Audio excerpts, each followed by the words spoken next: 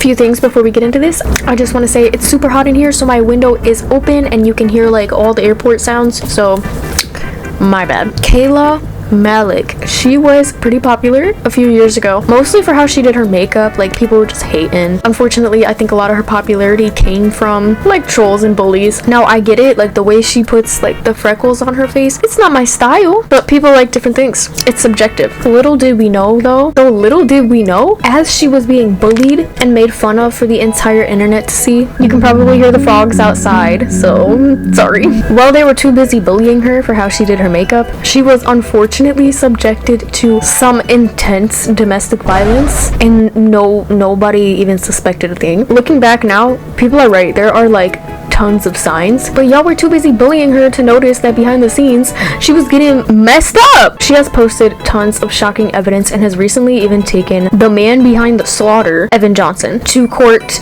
She won, and you know, all this stuff happened. It was crazy. However, here's where we get to James Charles. This has been pretty popular lately, so like I'm pretty sure a lot of people know about this already, but let me recap for you. Well, all this drama was going down and we were learning more about the abusive relationship and what happened with Evan Johnson and Kayla Malik. There were alleged rumors that James Charles was the one to bail him out of jail and even hook up with him.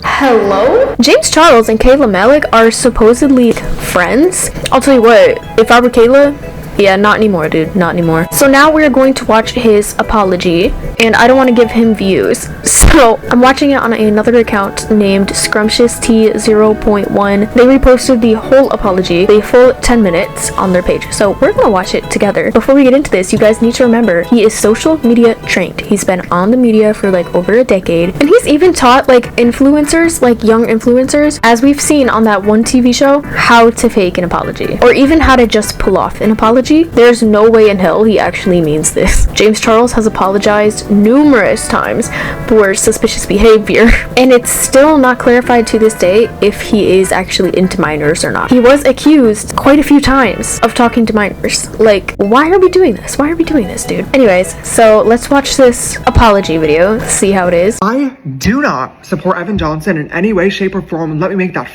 clear.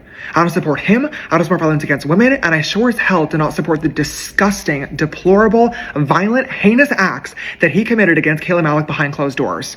I really hope and pray that when this goes to court this week, Kayla gets justice for what that man put her through. At the same time, the videos that I'm currently seeing all over my For You page are disturbing to me. This is not TikTok tea and drama for everyone else's entertainment. This is real people dealing with some really serious shit. The conversation has completely shifted focus away from Kayla Malik and how she was brave enough to speak out about what she went through to how James Charles involved, the downfall, Bye Sister 2.0, where's the apology video? It's distracting from the actual issue at hand, which is domestic violence.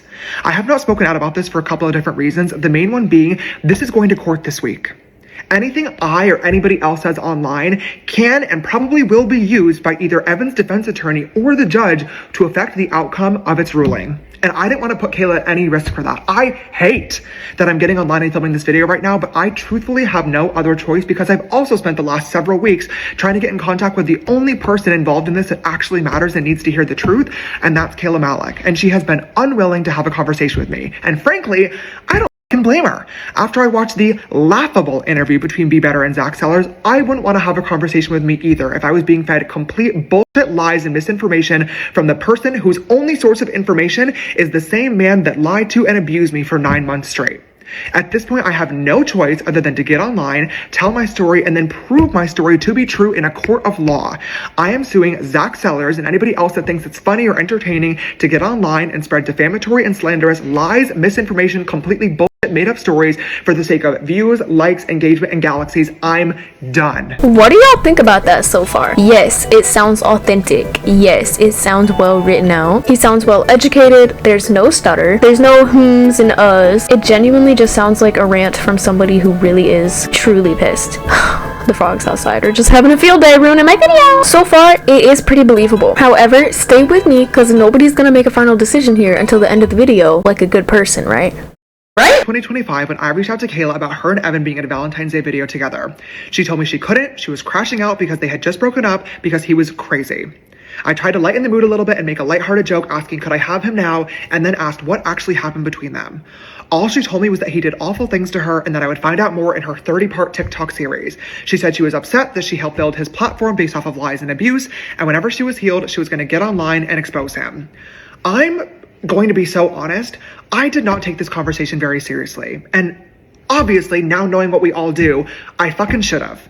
Reading it back now, it is super clear that she was using humor to cope, and that is perfectly fine and valid. But at the time, I genuinely interpreted these messages as a messy breakup. Maybe he cheated, maybe they got into a drunken argument that ended badly. I could have never imagined what she was actually going through behind the scenes. A lot of Kayla's own friends and family have said they had no idea what she was going through. I wish I could go back in time and been there for her, tried to help her. I wish that I would have asked more questions, but frankly, I didn't feel comfortable doing so. First and foremost, she obviously wasn't ready to talk about it yet based on her last message. And secondly, me and Kayla Malik just weren't close friends. To shorten it up a bit, because I know this is like 10 minutes long, I don't have that long to edit. I'm crunching this in as it is. He's saying how unfortunately he wasn't super like close friends with Kayla. They had only collabed a couple of times, so they were kind of just like friendly acquaintances. But unfortunately, he did have a pretty solid friendship with Evan Johnson, yet James wasn't told everything that was happening in the relationship. You know, the abuser is not going to just expose himself like that, so that's a little bit believable.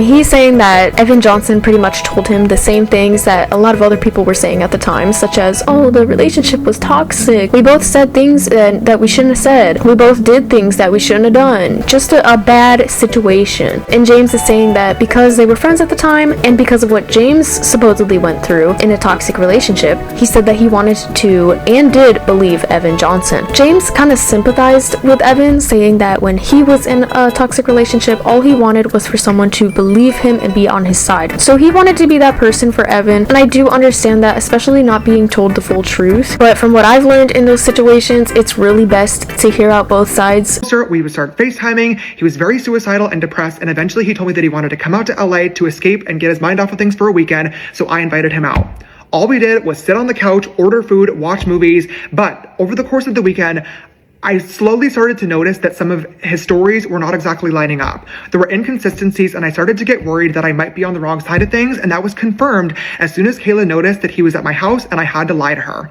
I didn't know what to do. I realized then that I was in the middle of a very messy situation that I should have never gotten involved with in the first place, but this man was staying with me and I didn't know how to get out of it. Later on that night, I told Evan straight up I was uncomfortable, I was upset that I had to lie to her, and that we could not hang out any further. He respected that, and the next morning, he flew home. As soon as Evan left LA, I immediately started making myself unavailable to him because I recognized that he was not the man he was telling me he was. But it wasn't until a month later, when Kayla uploaded her video, He Doesn't Love You, that I actually got to sit and watch how much of a monster he is. My jaw was on the floor for all 2 hours of that video. I could not believe what I was watching and seeing. The horrendous verbal abuse, the violent physical abuse. I was shocked. So now he's getting into people who are accusing him of still supporting Evan and the harm that it's done and how many videos that people have made about it and the fact that it's completely taking the attention away from Kayla's situation right now. So what do you guys think? Like, genuinely, do you think this is genuine? Do you think it's social media training? Do you think it's the result of practicing apologies like 3 other times before this? It seems like a pretty equal split, 50-50. A ton of people believe him. A ton of people are on his side and have said things like, oh, he didn't stutter. It was so genuine, so real. Like right here, here's an example. This apology was so real and genuine, mature, and taking I knew I was gonna do that, bro. I can't say the word accountability the first time correctly. Stop. This apology was so real and genuine, mature, and taking accountability. Live, laugh, love. James Charles. Sit down, haters. Oh shoot. We got five. Why can I not just like talk? Phi Lorson, oh my god, sit down, haters, oh my gosh. I fear he has a point. No stuttering, receipts, I believe him. Unemployed, what's going on? So obviously, a lot of people do support him, but as you can tell, judging by how many replies are under the support comments, you can tell that a lot of people also don't agree. And that's not even touching on the fact that a lot of people, like I said earlier, still accuse him of being a, PDF file, and also for that clip of him trying to teach younger people how to make an apology video. It's just difficult to know what's real, and it's difficult to know what's the truth. So what do you guys think? You think it's believable, or do you just think it's his yearly cancel and he's trying to get out of it? Let me know. I will see you guys later. I love you so much. I'm sorry, I have not been like super consistent. I've had a lot going on right now, but for those who have motion, I have channel memberships. Like and subscribe so I can eat this week, and I will see you guys later. Bye bye.